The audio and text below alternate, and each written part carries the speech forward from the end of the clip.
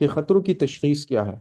जैसे कि आप यहाँ पे देख रहे हो कि एक वेयर हाउस है जहाँ पे स्टैकिंग हुई है, मुख्तलिफ मटेरियल है, या कुछ क्रेट्स या कॉटन्स वगैरह पड़े हैं। और साथ में यहाँ पे क्या है, फर्श जो है वो फर्श गीली हो चुकी है।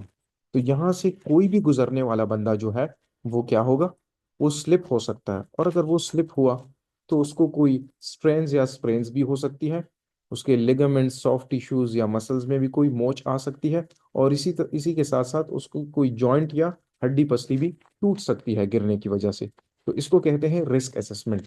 ठीक है। तो आप हादसे होने से पहले खतरात की तशखीस करें, और हादसे होने से पहले उन तमाम खतरात को काबू भी करें। देखिए, जैसे कि डॉक्टर का काम होता है ना, आप बीमार होते हैं, आप डॉक्टर के पास जाते हैं। डॉक्टर क्या करता है? डॉक्टर हमारी बीमारी की तशखीस करता है, और तशखीस करने के बाद हमें प्रिस्क्रिप्शन दवाइयाँ भी लिख देता है। बात की समझ आ रही है? हम सेफ्टी वालों का काम क्या होता है? वर्क प्लेस इन्वायरमेंट के अंदर खतरात की तशखीस करना और साथ में फिर उनको काबू करना, लेकिन हादसा होने से पहले। Your employer must carry out risk assessment and tell you what you need to do to be safe। देखिए, ये मालिक की जिम्मेदारी है। मिसाल के तौर पे सुफियान, आप एक कंपनी चला रहे हैं। आपकी कंपनी में मिसाल के तौर पे 10 बंदा काम कर रहा है, या 100 बंदा काम कर रहा है, या 500 बंदा काम कर रहा है। मैंने एक छोटी अमाउंट भी आपको बता दी, तादाद, सॉरी, एक छोटी तादाद भी आपको बता दी और बहुत बड़ी तादाद भी बता दी। ये मालिक की जिम्मेदारी है कि कानून के मयार के मुताबिक वो अपने काम वाली जगह को भी महफूज बनाएगा, सेफ प्लांट्स एंड इक्विपमेंट्स भी प्रोवाइड करेगा, काम करने के लिए वर्किंग प्रोसीजर्स भी बनाएगा, और वर्कर को अवेयर भी करेगा और उनको टेक्निकली एजुकेट भी करेगा, और साथ में सुपरविजन भी करेगा। तो ये मालिक की जिम्मेदारी है कि खतरात की तशखीस भी करे और खतरात को बर वक्त काबू भी करे। You know your job, so be part of the process. देखिए, और आपको एटलीस्ट ये पता होना चाहिए कि आपका काम क्या है। ठीक है। और so be the part of the process. ठीक है, इस जुमले का मतलब ये हुआ कि आपको ये पता होना चाहिए, ठीक है, कि आप वर्कर से क्या काम ले रहे हैं। आपका वर्कर जो है उसका एक्सपोजर किन खतरात से पड़ेगा। ठीक है। राब्ता किन खतरात के साथ होगा, और उनको सेफ्टी कैसे, कौन सी सेफ्टी देनी चाहिए उसको। हेलमेट, ग्लव्स, बूट्स देनी चाहिए। हाइट पे काम कर रहा है, बेल्ट देनी चाहिए।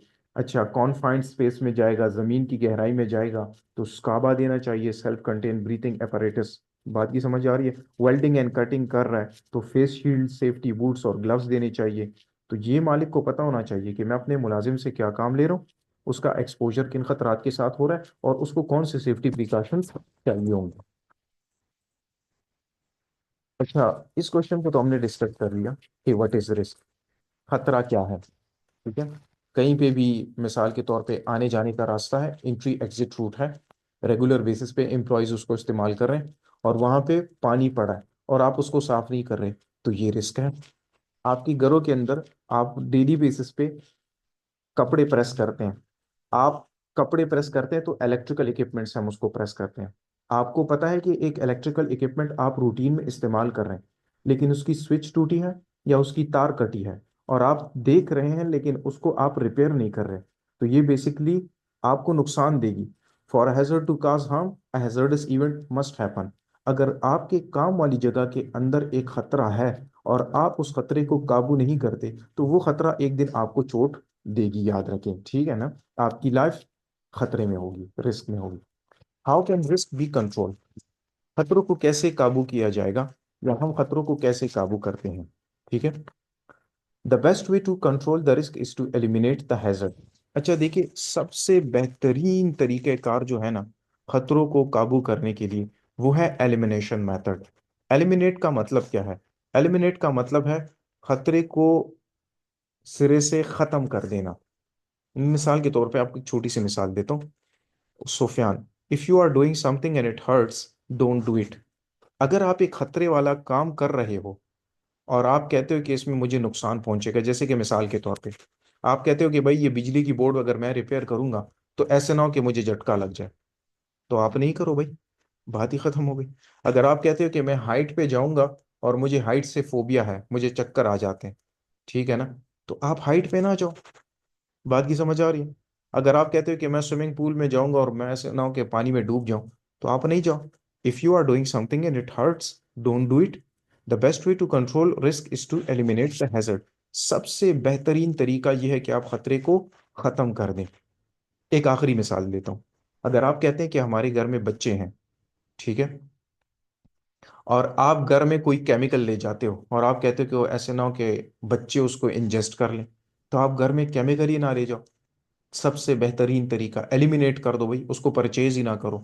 तो यहाँ पे आपको मिसाल ये दी जा रही है कि मिसाल के तौर पे एक अलमारी है, एक शेल्फ है मिसाल के तौर पे, ठीक है ना, उसकी जो ड्रॉर है वो ओपन है। हैजर्ड, हैजर्ड क्या है यहाँ पे, खतरा क्या है, ओपन ड्रॉर।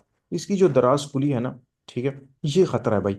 यहाँ पे खतरा क्या है, यहाँ से जो भी गुजरेगा, chances of tripping over the open drawer and severity of the injury, यहाँ से जो भी गुजरेगा तो खतरा है कि वो इसके ऊपर ठोकर खा सकता है, और अगर ठोकर खाएगा तो उसको चोट लग सकती है, माइनर भी लग सकती है, मेजर चोट भी लग सकती है। ऐसा भी पॉसिबल है कि एक बंदा जो है उसको रिसेंटली एक इंजरी हुई थी, बेचारे की अभी रिकवरी हुई, जैसे वर्क प्लेस इन्वायरमेंट में आया दोबारा उसको चोट लगी। बात की समझ आ रही? तो क्या किया जाए? क्या हम ऑफिस से सलमारी को खत्म कर दें? नहीं भाई, ऐसा भी तो पॉसिबल नहीं है। क्या हम इस वर्कर को बोल दें कि आप छुट्टी कर लो, आप ना हो ऑफिस में, ऑफिस में खतरा है? नहीं, ऐसा भी तो पॉसिबल नहीं है। पॉसिबल ये है कि control the risk, eliminate it, close the drawer. बेहतरीन तरीका तो ये है कि आप कोशिश करें कि कोई भी ड्रॉर जो है वो आप ओपन ना रखें।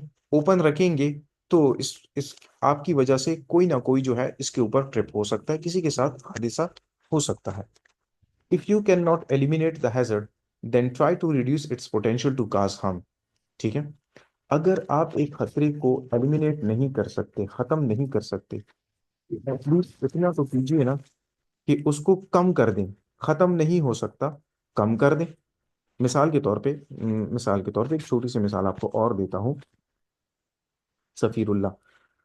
मिसाल के तौर पे मैं आपके सामने एक लोड रखता हूँ।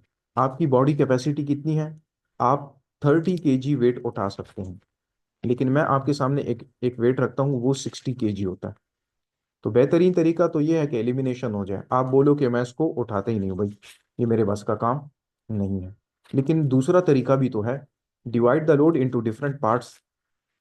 आप क्या करें, आप ऐसे करें कि लोड को अगर डिवाइड हो सकता है तो उसको दो हिस्सों में डिवाइड कीजिएगा। बात की समझ आ रही?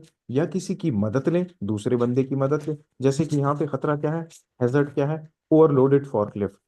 देखिए, एक मशीन की भी कैपेसिटी होती है, जिस तरह इंसान की कैपेसिटी होती है इस तरह मशीन की भी कैपेसिटी होती है। मशीन की कैपेसिटी क्या है, एक फॉर्कलिफ्ट की, इसकी कैपेसिटी थी मिसाल के तौर पे 1 टन। आपने इसके ऊपर लोड जो डाल दिया है वो है 2 टन। आपने कैपेसिटी को एग्जीट किया। खतरा क्या है, chances of the load falling and severity of the injury और डैमेज। हाँ, ये मुमकिन है कि आपने इसके ऊपर कोई लोड रखा, ठीक है, और वो बहुत ज्यादा आपने स्टैकिंग की, ठीक है ना, बहुत ज्यादा आपने इसके ऊपर लोड रख दिया, तो चांसेस है कि उसका बैलेंस खराब हो के वो नीचे गिरे। या तो जो इसमें वैल्यूएबल थिंग्स होगी या तो वो खराब हो जाएंगी, टूट जाएंगी, या अगर आसपास में कोई मौजूद है उसके ऊपर लोड गिरेगी, उसको चोट लगेगी। तो यहाँ पे हम कंट्रोलिंग कैसे करेंगे? Control the risk, eliminated. Eliminate हो सकता है? नहीं, एलिमिनेट तो नहीं हो सकता। तो हम क्या करेंगे, हम इसको रिड्यूस करेंगे। रिडक्शन का मतलब क्या है? रिड्यूस का मतलब यह है कि उसको कम से कम एटलीस्ट कम कर दें। जब आपको पता है कि आप इसके ऊपर दो दो क्रेट से ज्यादा रखेंगे तो इसका बैलेंस खराब होता है। कोशिश करें कि लोड को आप क्या करें, कम लोड रखते हैं आप। बात ही खत्म हो गई यहाँ पे।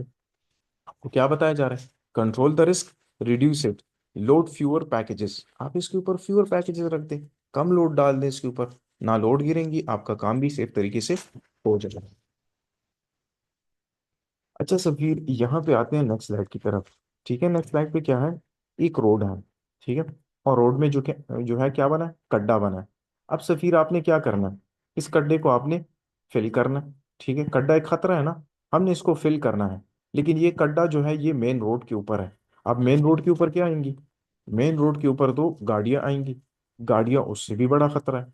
अगर वो गाड़ी आपको, इस गाड़ी की ठोकर आपको लगेगी तो डेथ भी हो सकती है, मेजर फ्रैक्चर्स भी हो सकते हैं। तो खतरा क्या है, खतरा जो है वो गाड़ी है, ठीक है।